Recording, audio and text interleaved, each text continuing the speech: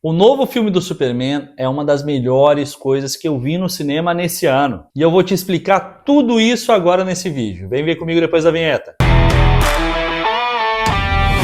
Fala, meus queridos, eu sou o Diogo Alpendre e seja bem-vindo a mais um Vídeo Comigo. Gente, que expectativa que eu tava para assistir um novo filme de Superman. Não só pelo envolvimento do James Gunn, mas pela possibilidade de ver aqui uma adaptação diferente do que nós estávamos vendo nos últimos anos em relação à história desse maior super-herói que existe. Eu já falei para vocês aqui, eu sou um fã de Superman, tem até um dos quadros ali atrás relacionados a ele, então a minha expectativa estava elevadíssima.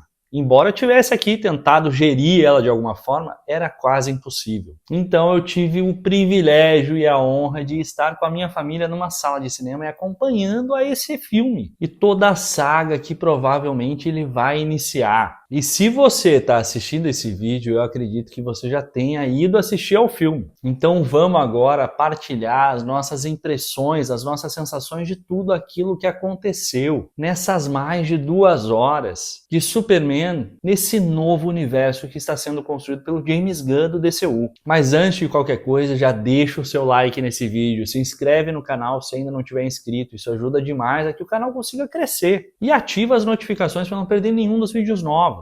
E se você já acompanha o nosso canal e ainda quer ter um envolvimento ainda maior, se torna membro dentro do nosso grupo de membros. Volte e meia ali nós lançamos algum benefício novo, alguma coisinha diferente que vai te fazer sentir que valeu a pena. E vamos agora então para a análise do que foi esse filme incrível de Superman. E é engraçado que essa sensação meio ambígua de ter uma expectativa muito elevada em querer que o filme seja bom e ao mesmo tempo o medo de que ele seja horrível, mexe com a nossa cabeça. Mesmo analisando todos os trailers, os teasers e até imaginando aqui um pouquinho como que seria o desenvolvimento da história, na fila para a sessão o frio na barriga apareceu e eu olhei e falei assim, pô, será que compro o balde de pipoca, não compro o balde de pipoca personalizado? E te confesso que por medo de me arrepender de que o filme fosse ruim, eu não comprei. Mas esse arrependimento logo bateu a partir do momento que o filme começou e que nós começamos ali a entender o que estava sendo apresentado para nós. O filme já começa ali criando o contexto do momento atual de Metrópolis e usando para esse contexto aqui uma periodicidade de múltiplos de 3, dizendo que os primeiros meta-humanos surgiram há mais ou menos 300 anos e que há 3 anos o Superman revelou a sua identidade e ainda que há 3 meses a Lois e o Clark engataram ali um relacionamento e que há 3 horas o Superman estava se envolvendo ali numa batalha com o Martelo de Borávia e perdendo a sua primeira batalha, onde nós vemos aquela cena que já havia sido divulgada lá nos trailers da queda do Superman ali próximo à Fortaleza da Solidão e onde nós somos apresentados então para o Krypto, para o cachorro bagunceiro do Superman, que leva ele lá para a Fortaleza da Solidão para que ele possa ser tratado ali pelos robôs All-Star. E onde nós descobrimos aqui então que ele estava sendo perseguido ali pela engenheira, que estava tentando descobrir a localização exata do quartel-general do Superman e que encontra então ali a Fortaleza da Solidão. Depois ali do Superman ser tratado pelos robôs All-Star, ele decide voltar então para a luta, já que o Martelo da Borávia está destruindo Metrópolis. E então nós compreendemos que tudo isso faz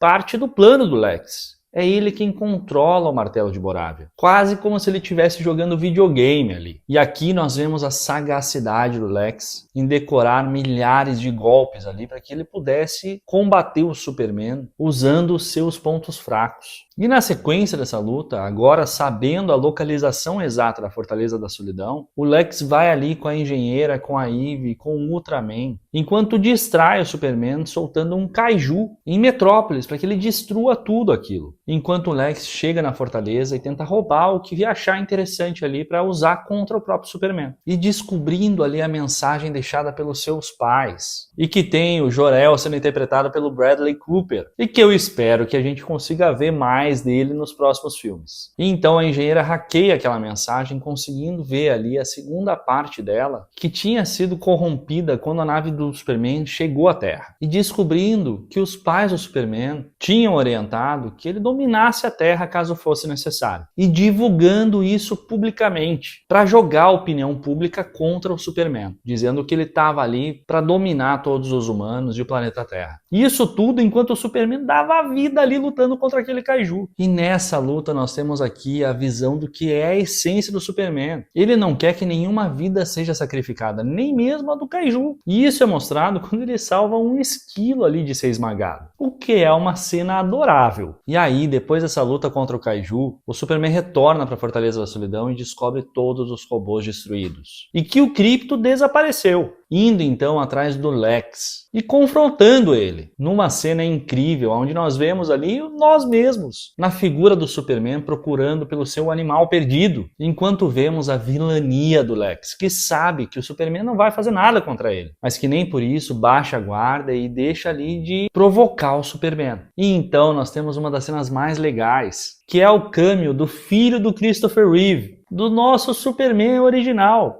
aparecendo ali como um jornalista, divulgando aqui essas ações do Superman, agora jogando a opinião pública contra ele. E o filme todo tem uma estética incrível, e que é representada logo em seguida aqui pela cena onde nós vemos o Superman e a Lois conversando, com a luta da Gangue da Justiça lá com um demônio, e aonde o Superman enfim se declara para Lois, e dizendo para ela que ele vai se entregar no dia seguinte. E é o que ele faz, se entregando e sendo preso pelo Ultraman e pela engenheira, que trabalham para o Lex, mas agora são subcontratados pelo governo dos Estados Unidos. E nisso o Superman vai parar numa prisão no universo de bolso do Lex, enquanto a Lois vai procurar ajuda lá na Sala da Justiça. E que já deu aqui uma sensação de que nós vamos ver muitas vezes essa Sala da Justiça, e espero cada vez mais cheia. E nessa cena da Lois ali com a Gangue da Justiça é que nós descobrimos que o Superman é um boca de caçapa, ele já entregou que ele é o Clark, e que não é tão bom em guardar segredos. E ela consegue convencer ali ao Senhor Incrível a ajudar ela. E então lá nesse universo de bolso nós conhecemos o Metamorfo, o Rex Mason, que está sendo chantageado ali pelo Lex, que sequestrou o filhinho dele, o bebê Joey, obrigando o Metamorfo a tornar o Superman um prisioneiro usando kryptonita e quase matando o Superman. E então mais uma vez nós vemos a vilania e a crueldade do Lex, brincando de roleta russa ali com um cidadão, obrigando o Superman a responder às perguntas dele. Mas que dá errado,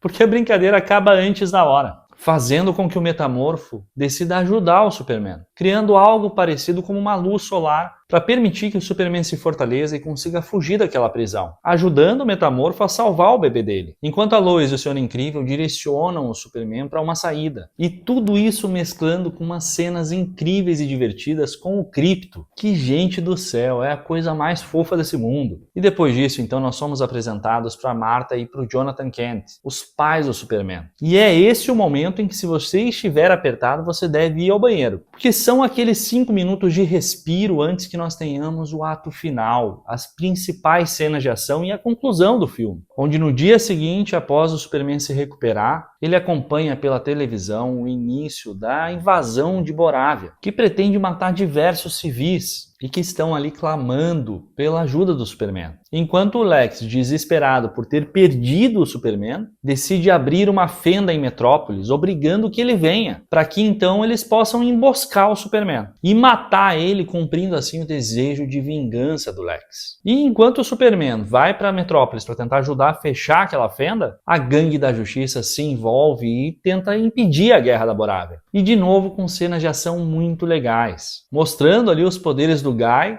o nosso Lanterna Verde, e também da própria Gavião, que é interpretada aqui pela Isabelle Mercer, que é uma queridinha atualmente nos nossos filmes e séries. Sem contar a sagacidade e inteligência ali do Senhor Incrível. E então nós temos uma das cenas mais tensas desse final de filme, que é a luta entre o Superman com a engenheira e o Ultraman, e que acontece naquele estágio dos meteores, e que nós tínhamos visto já nos trailers e materiais de divulgação, aonde o Superman demonstra que não só ele é muito forte e super poderoso, mas como ele é extremamente inteligente, levando os dois para a estratosfera e praticamente tirando de circulação ali a engenheira, enquanto nós vemos uma luta incrível entre o Superman e o Ultraman, e que nos é revelado um dos principais plots desse filme, mas que também assim já era algo esperado. Nós já tínhamos teorizado sobre isso nos vídeos de análise dos materiais de divulgação, e que justifica também a entrada da equipe do Lex dentro da Fortaleza da Solidão, e que depende ali de uma chave de DNA para entrar, de uma autenticação de DNA, que é a revelação da identidade do Ultraman,